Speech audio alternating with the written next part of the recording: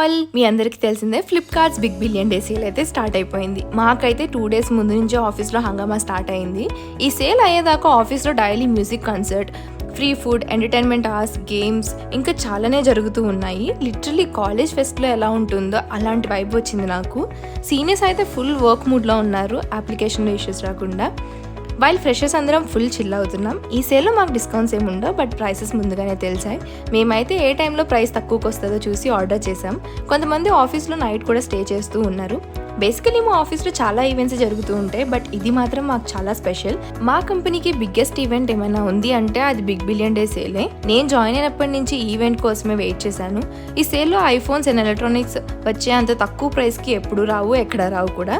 చాలా డిస్కౌంట్స్ అయితే పెట్టారు. ఈ సేల్ October 6th ఎండ్ అవుతుంది.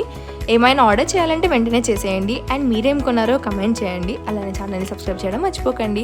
ఓకే మరి బాయ్.